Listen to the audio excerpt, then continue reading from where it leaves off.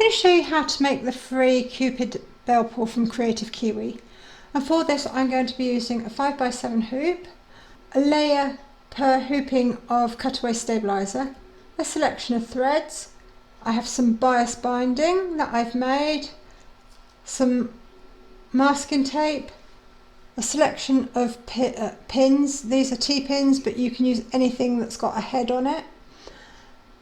A tassel. I've got a video for you on how to make one the same as this. My fabrics and batting cut to size, and also my squizzers. There's a link to this design in the video description below, along with lots of other helpful information and discount codes too, so please do take the time to have a look in there. You're going to start out by hooping your cutaway stabiliser, so place it over the bottom hoop and then put your inner hoop in the middle.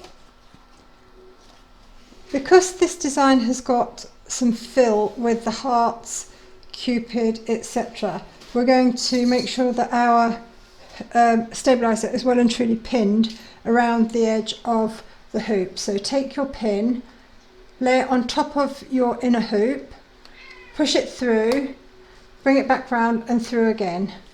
And the larger the hoop, when you do this, the more pins you have to put in. I'm putting in extra pins today, so probably about 6. I usually put 4 in as a normal matter of course.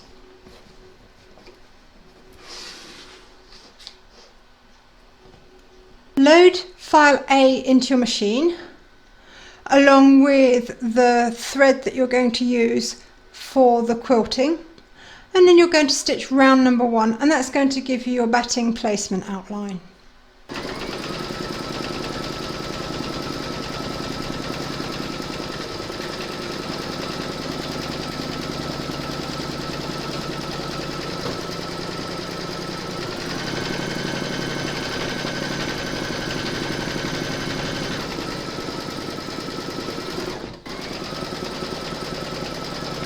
Place your batting over the outline and tape it in place. Pop your hoop into your machine, and then you're going to stitch round number 2 to secure your batting. You're now going to trim away all the excess batting from outside the stitch line. So remove your tape and then trim it up.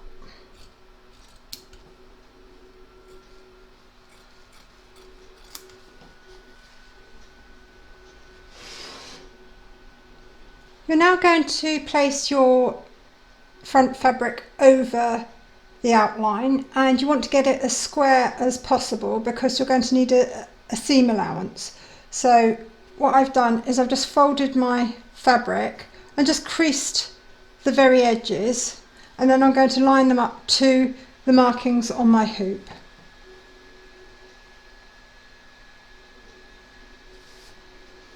And then tape them in place. Make sure you've got the colour that you want for the stipple quilting it loaded into your machine, and then you're going to stitch round number 3.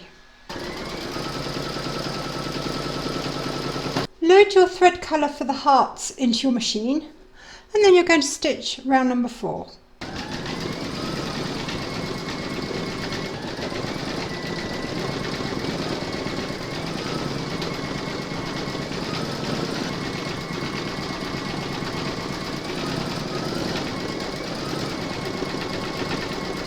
You're now going to free your work from the hoop, so remove all tape and pins.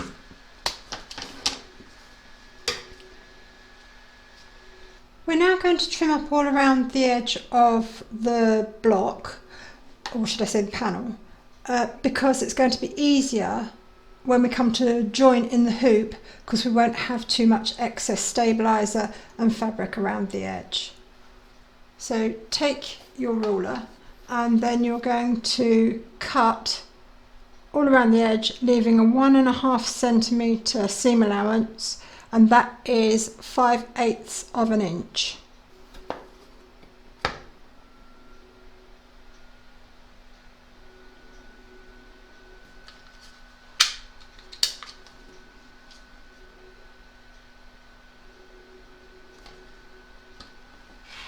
You can now set your panel aside for the minute, because this one's going to be joined in the hoop in the next hooping. We're now going to do the second hooping, so load file B into your machine. You're going to hoop and pin your cutaway stabilisers as you did in the first hooping. Then you're going to load your thread for the quilting into your machine and stitch round number 1, and that's going to give you a placement outline for your batting.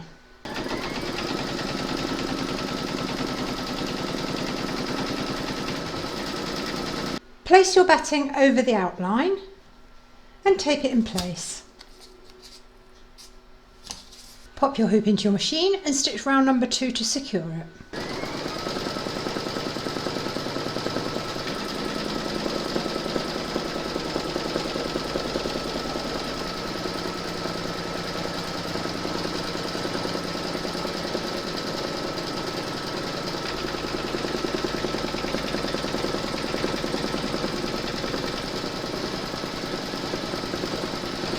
Trim away your excess batting.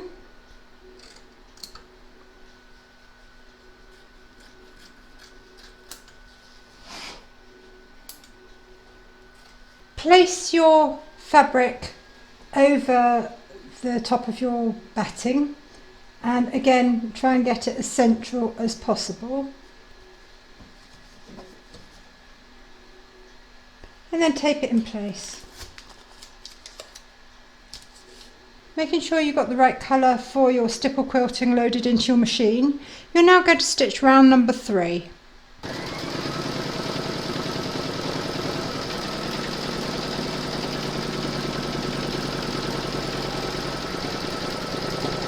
Load your thread colour for the lettering of the word love into your machine, and then you're going to stitch round number 4.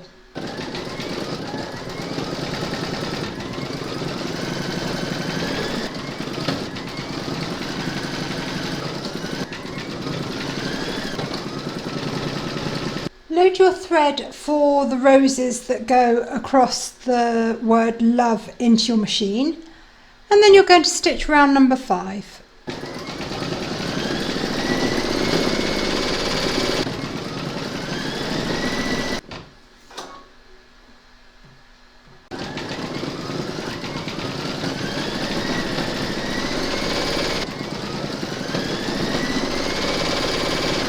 Load your thread colour for Cupid's bow and arrow into your machine, and then you're going to stitch round number 6.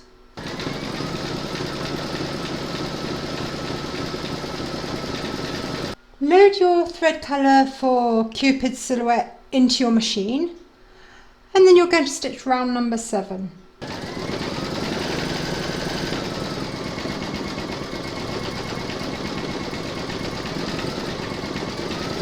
We're now going to join our previous panel to this one in the hoop.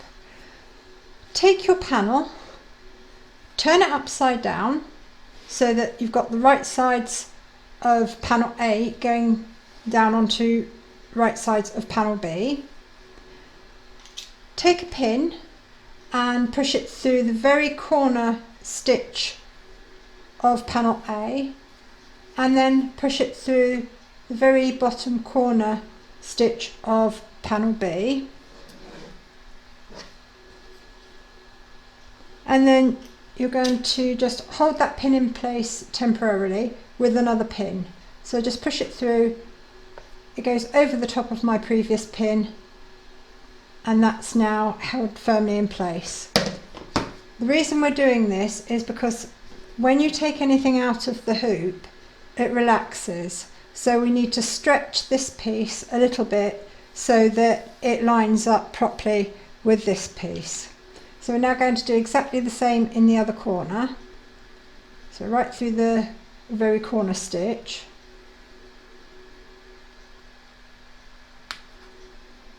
And then through the very corner one of panel B. And then once more I'm going to pull this pin towards the centre of my hoop, or the middle of my hoop should I say, not the centre, and put another pin in to hold it in place. And that has now stretched these corners out to meet these corners at the bottom here. So we're now going to do the same here, because I want everything to be square when I stitch it down. So I'm going to push my pin down just to see where it lands, and then just make sure that it's actually on this stitch line. And once more, I'm going to hold that in place with another pin. We're going to remove all these pins on the back before we stitch, because we don't want them doing any damage to our machine. This is purely temporarily until we've got everything held in place securely. So now I'm going to do the same here with the very corner here, and that's more or less in the right place. So turn that over and temporarily pin my pin. Okay, so now that's all held where it should be in place. I just need to make sure that this stitch line here is sitting on top of this stitch line here, which it looks as if it is. I appreciate that you can't really see this on the camera, but you will see it afterwards. So I'm going to push my pin through, and this one I'm going to be leaving in. Now you need to make sure that you clear this line here, because this is where your machine is going to stitch and join the two panels together. So steer well clear of this line.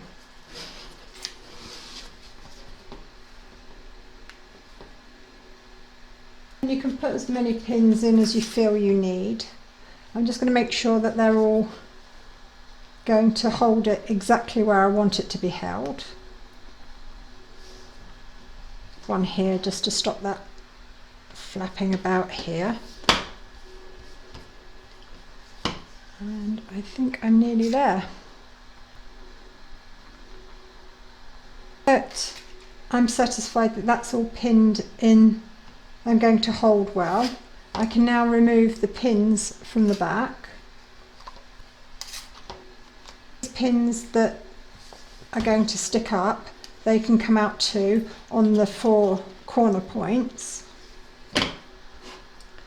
And I'm now ready to stitch these two together. So once you've done that, if you're joining in the hoop, you can join on your sewing machine of course, and I will show you how to do that in a minute.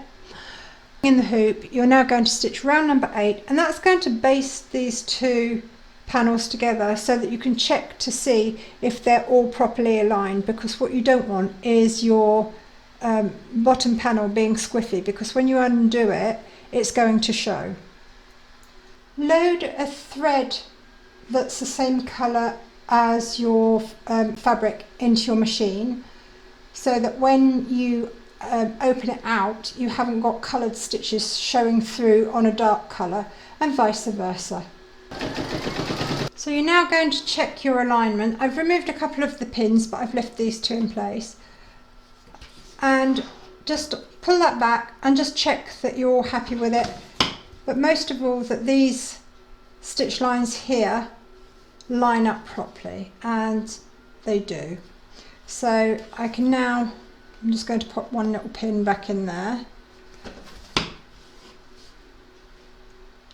So you can now pop your hoop back into your machine and stitch round number 9, and that will stitch it down permanently. If your panel isn't lined up properly, just unpick the stitching, realign it and stitch colour number 8 again, and when you're happy with it, then you can stitch round number 9. So you're now going to free your work from the hoop. I've removed all tape and pins, and we're going to trim up around the edge, leaving 1.5 centimetres or 5/8 of an inch all the way around this panel.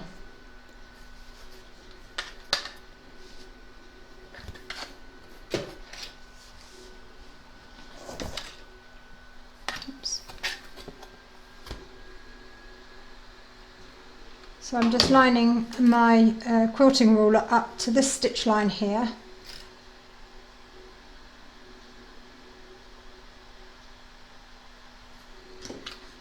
And then trim off. Oops, gone a little bit astray. I think it's time for a new blade.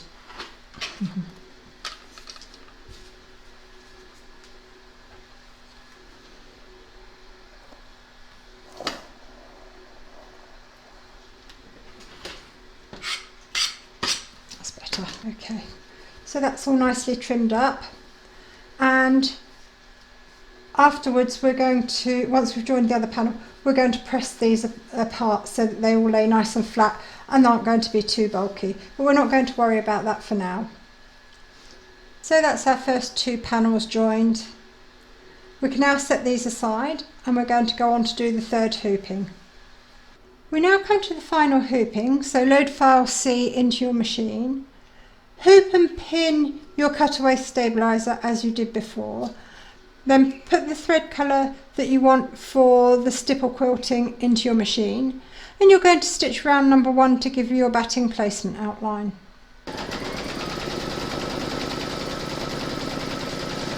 Place your batting over the outline and then tape it in place.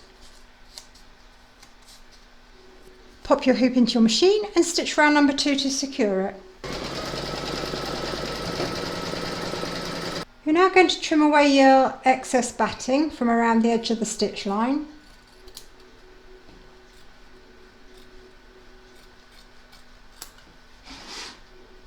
Place your front fabric over the batting. Again, try and line it up as evenly as possible, and then you're going to tape it in place, making sure that you've got the right colour for your stipple quilting loaded into your machine. You're now going to stitch round number 3.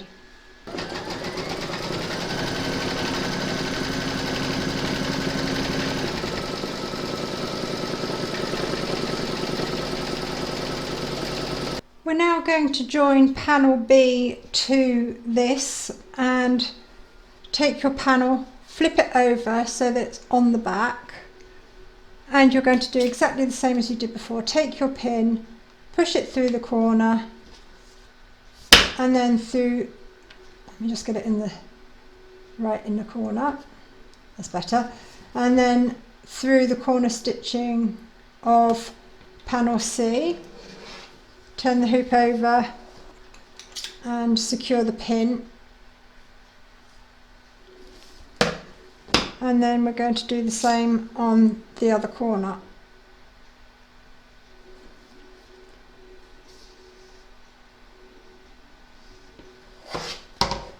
And then pull that in towards the middle of the hoop.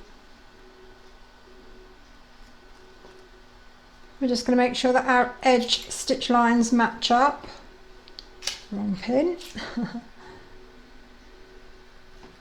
And as long as they're sitting one on top of the other, it doesn't matter where you put your pin along here. So turn that over as well. And pin the pin. This one's a bit awkward because I've got nowhere to grab.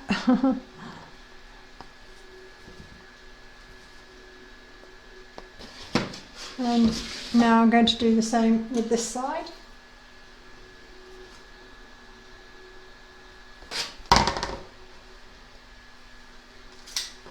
And now I can pin it in place properly all the way around.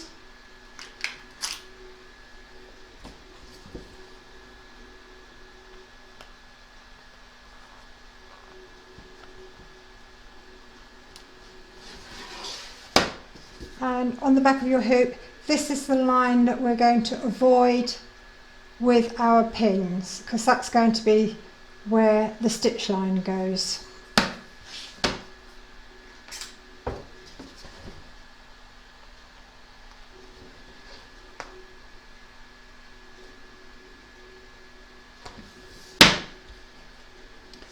So I can now remove the temporary pins from the back. and remove the stretchy pins. Okay, load a thread colour that matches your fabric into your machine, and then you're going to stitch round number 4, and that's going to baste the 2 panels together. I've removed a few of the pins, and we're just going to take a look to make sure that everything looks nice and lined up, and that looks fine to me. And we're now going to stitch round number 5, and that's the final stitching on these panels.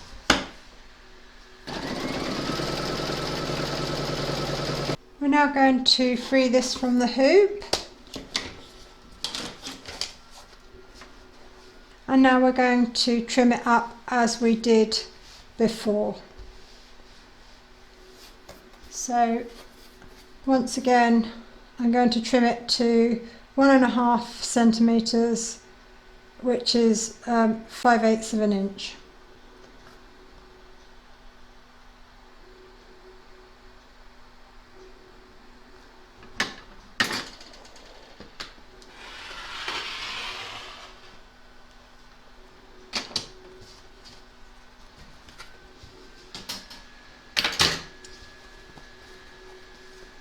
So that's my panel all joined together. Next I'm going to press this with a pressing cloth, and I'm going to press these seams apart so that it all lays nice and flat, ready for me to attach my binding. So this is the back, and this is my seams all pressed apart and laying nice and flat. I expect some of you are wondering why I've used a different colour fabric here. The reason being is this is going to fold over my Bellpull hardware. I've yet to bind this, and I'm going to use a matching colour. So I've used the matching colour on my panel to my binding, so that when my binding is on,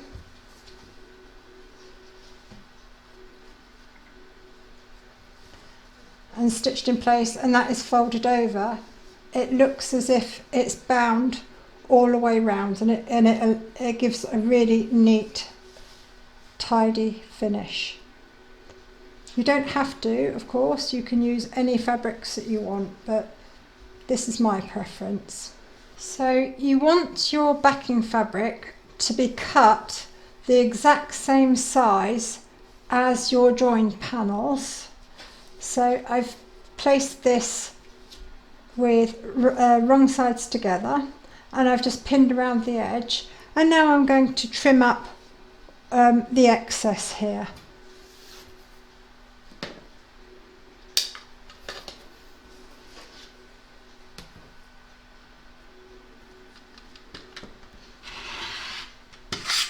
Sorry, I can't see what I'm doing.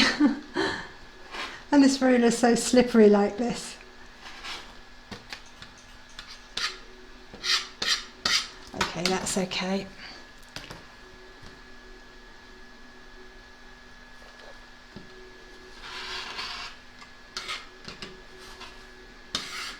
I'm going to show you how to join your panels on your sewing machine quickly.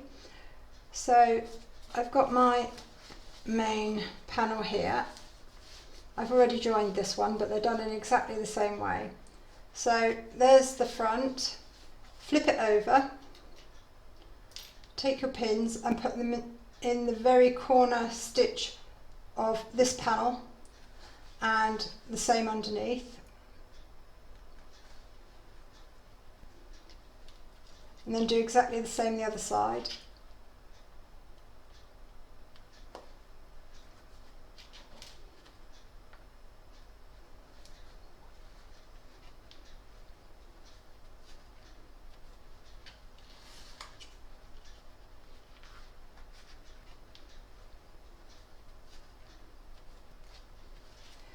And you're going to stitch along this stitch line here, which is your guideline that you stitched in colour number 1 on your panels. On colour number 2 it will be on the back, and it will be this one here. So I'm now going to take this to my machine and I'm going to stitch them together. And there's our join, all nice and neat. I'm going to show you how to bind a project that's got external angles, and it doesn't matter what those angles are, they're going to turn out perfect. For this I've got the item that I'm going to bind, of course, which is my Bellpull. I've got my bias binding. I've made this myself. All I did was cut this to 70 millimeters. Well, to get the measurement for your edge, measure from where you want it, your binding to go from to the edge. In this case it's 15 mil. Times that by 4, so that's 60 mil, and then I add 10 mil on top, because by the time you folded it, by the time you've factored in the thickness of your item and the angles, you can lose that easily. I've also got a few clips, you can use pins, anything that you want, and a piece of card, and the card that I've got is 1/4 of the width of my binding, and I'm going to be using that to get perfectly folded corners. You're going to start out by leaving yourself a really long tail, where you've got to decide where you want the join, and I think I'm going to aim for mine to be here. So I'm going to leave a really long tail, because we're going to need that to be able to do the join, to join the two tail ends together. So I'm going to start stitching round about here. So I've left myself a good 4 inches. So I'm just going to put a clip on there. I'm going to be stitching all the way down here, and I'm going to follow the crease line of my binding.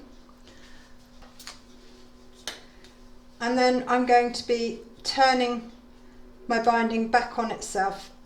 Now, the way I do this, and there's probably lots and lots of different ways, but this is my preferred method, and you can do this at your machine as you stitch.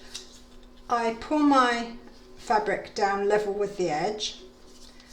This piece of card I line up with my next edge, and where this crease line and my card meet is where I'm going to stop, and then I will be coming off to this corner here. So I'm just going to mark that so that I can see it. So I will stitch down here, from here down, and then I will stitch across here.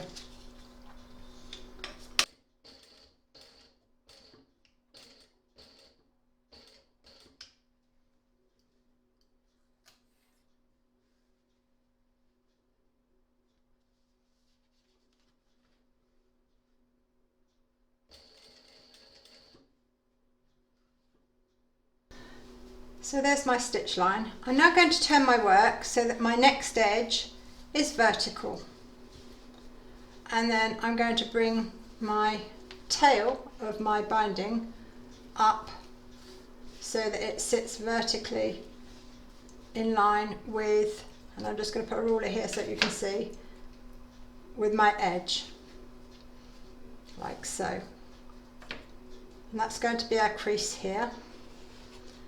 So once I've done that, I'm going to bring this down, and I'm going to bring it down level with this edge. I'm just going to pop a pin in here just to hold that in place for the minute.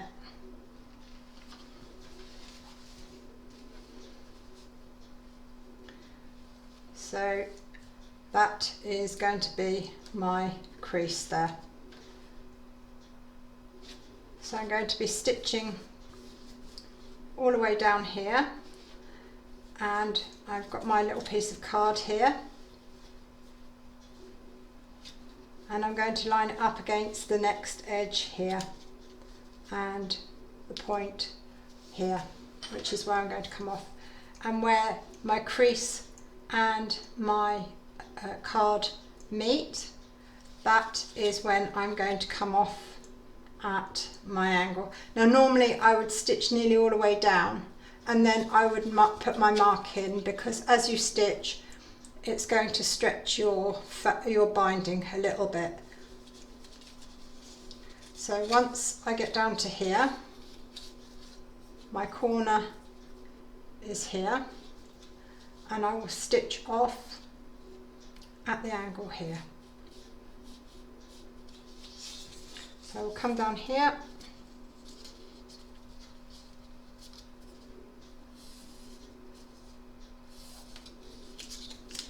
and off here. I've just drawn this in pencil a bit bolder so that you can see it. So we're starting on the very edge of our previous edge.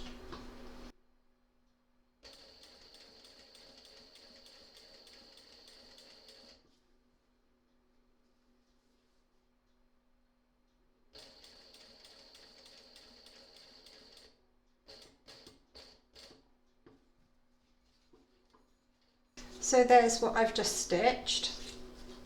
We're now going to turn our work so that the next side is vertical. Pull our tail back.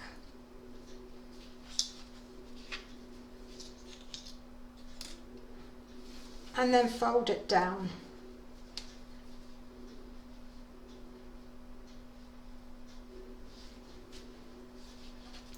And once more I'm just going to pop a little pin in there just to hold that pleat in place. It's a bit of a tongue twister. Okay. So back to our little piece of card, which again I would stitch down here till I was nearly there and then mark it in place. But for the purposes of showing you, I'm doing it this way.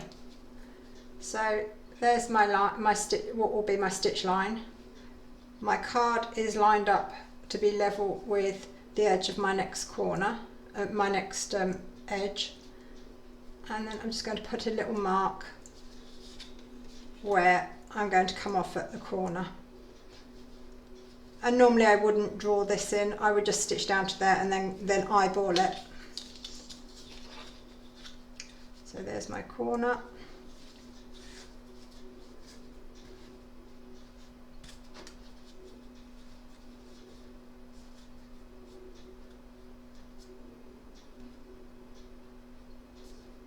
I can't see a thing that I'm doing, I'm ever so sorry.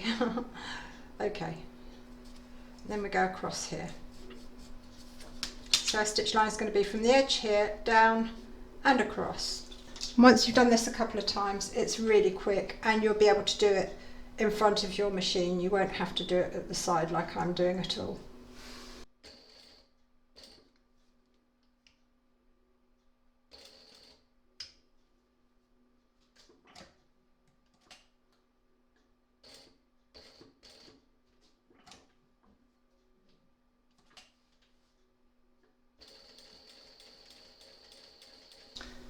So once more, there's where I've just stitched. I'm now going to turn my work so that my next edge is sitting vertically. Pull my fabric tail back up and bring it down level with the edge that I'm going to stitch next. And I'm just going to pop a little pin just in there to hold that while I get going. So then I stitch all the way down.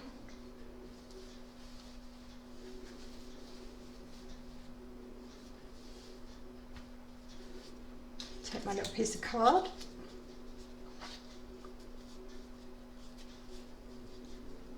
Line it up with the two corners so that it's flush to the edge. And then mark off where I'm going to stop and come off at an angle.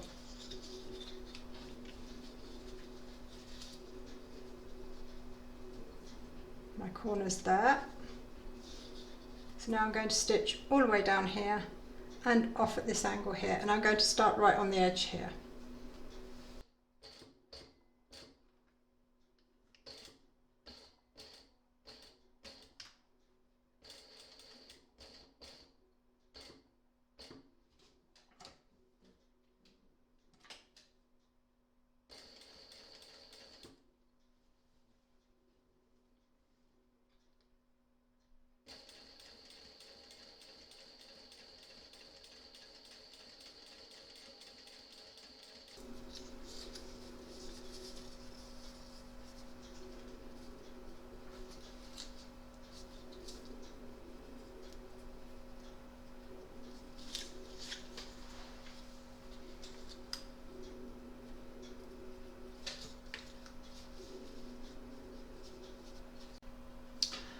So there's our stitch line.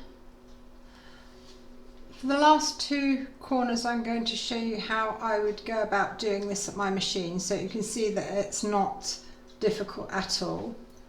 So what I would do is fold my fabric back as I would when I was doing it on at the side there, and then bring it back down and make sure that it lined up with the edge of my panels.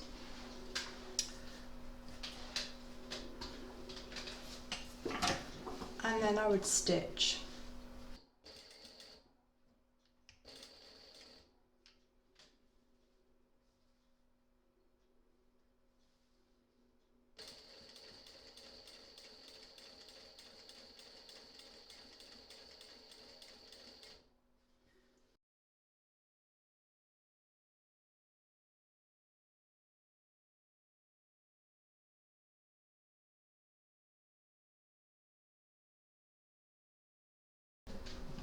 And then I do the same again.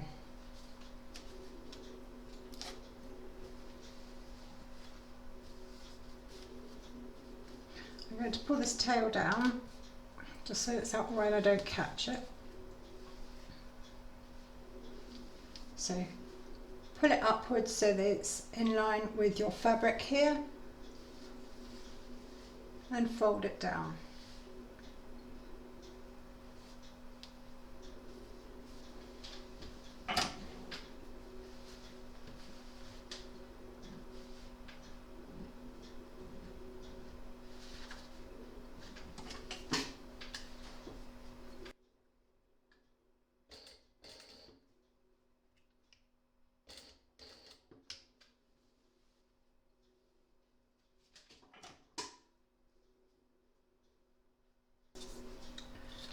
And for the last time, just marking my corner,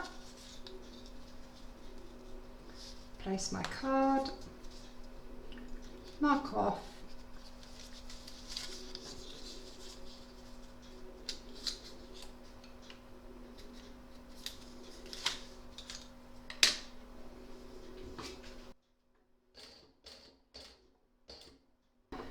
I'm just going to give you one little tip. Don't go beyond your line, because when you go to turn it over to do the other side, your fabric isn't going to stretch neatly around the corner. So always stop just before the line or on your actual line where you're going to come off.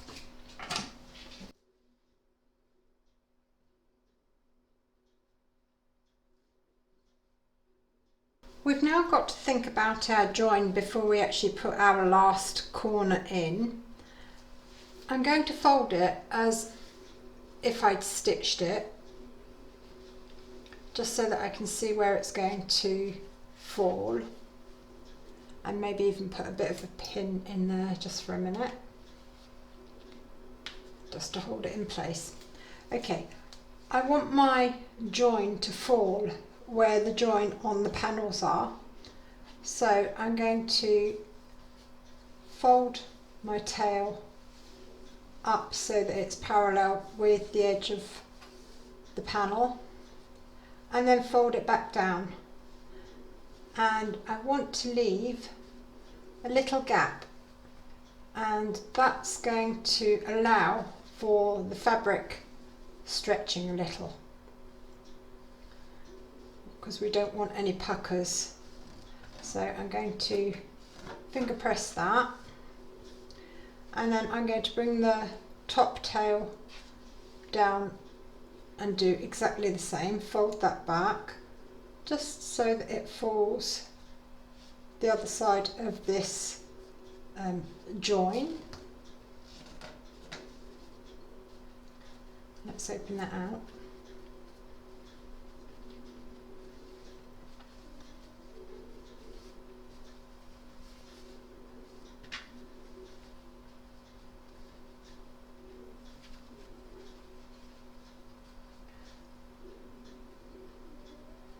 I want that to run to the edge of my fabric as well. And then I'm going to finger press that into position. Next, we're going to give ourselves some slack. So I'm going to fold my panel and just put a pin in it, effectively shortening it just for a minute.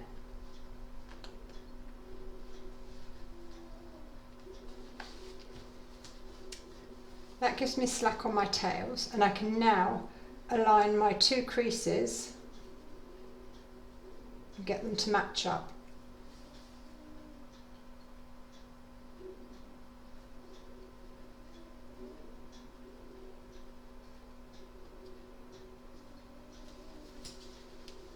And then I can open them out.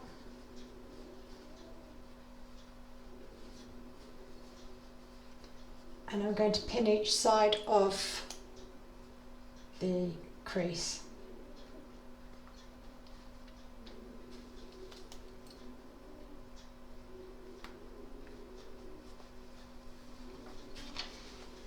And now, I'm just going to fold all that back out of the way, and I'm going to take this pin out that was holding my pleat there.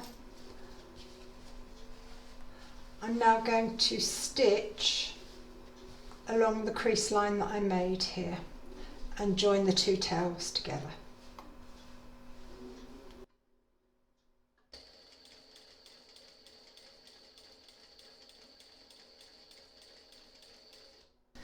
So that's our join done. We're now going to position this in place, and we've got to deal with the corner as well as lining this join up with this join. So I'm going to start with this one, and I'm just going to pull that gently in place so that it all lines up, and then I'm going to put a pin in.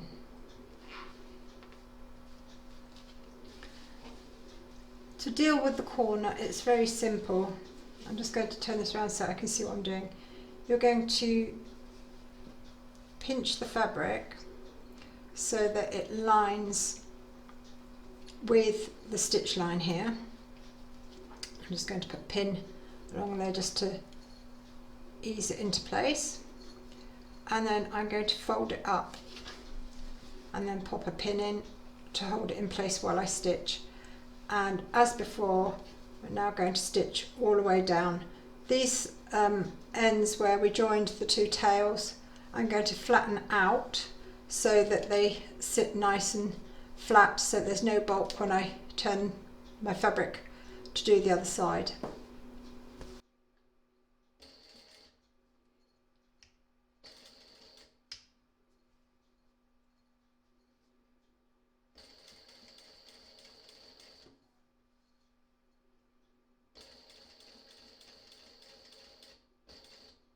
So that's all our joins done, and looking at this, I didn't get it too bad considering I couldn't see what I was doing most of the time. So that's all the stitching for the binding on this side completed. I'm going to turn this over and just pull my binding up. I just pull gently on each of the corners.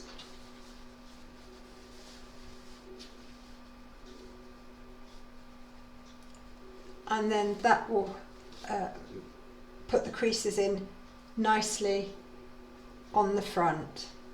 And I'm going to press this before I go any further so that they all sit neatly.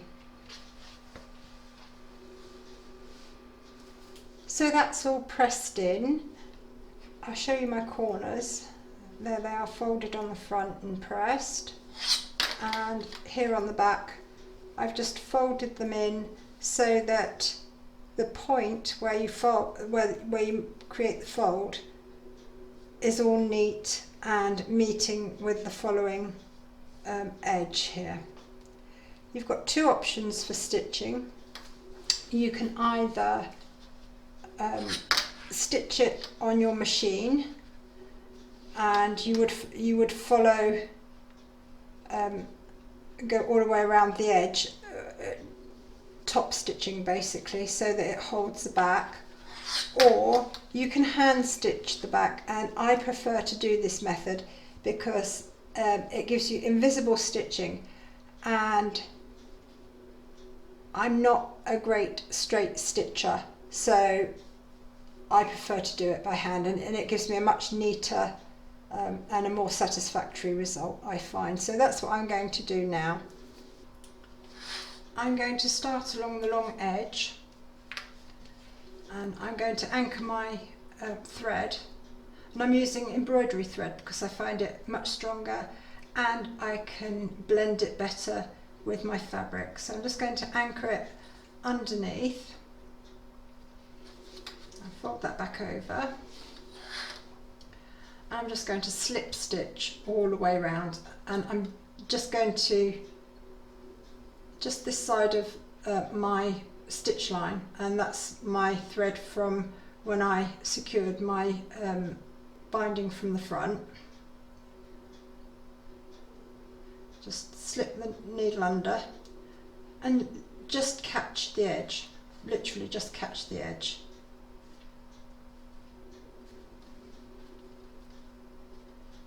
And you can do quite long stitches, you don't have to do short ones. It doesn't take long to do the back, no matter how, look, you can't even see it. I'm going to do that all the way round. I won't make you watch me do it, it'd be painful. I'm not very fast at stitching. And then join me again when I've finished. So there's the back all stitched and completed, and I've pressed it. I've also pressed this over so that I've got the same distance all the way around as my binding, and all that remains then is to add hardware and maybe even a tassel, and I've got a video showing you how to make this tassel as well. I will put a link in the video description below. And that's our Bellpull complete. I hope you enjoyed this stitch along. If you did, please give me a thumbs up. Don't forget to subscribe to be notified of new videos as they're published. Please pop along to Kreative Kiwi's Facebook group. There's lots of ideas, help and inspiration there for everybody. And thank you very much for joining me. You'll find a link to this design in the video description below, along with lots of other useful information and a discount code, so please do take the time to have a look.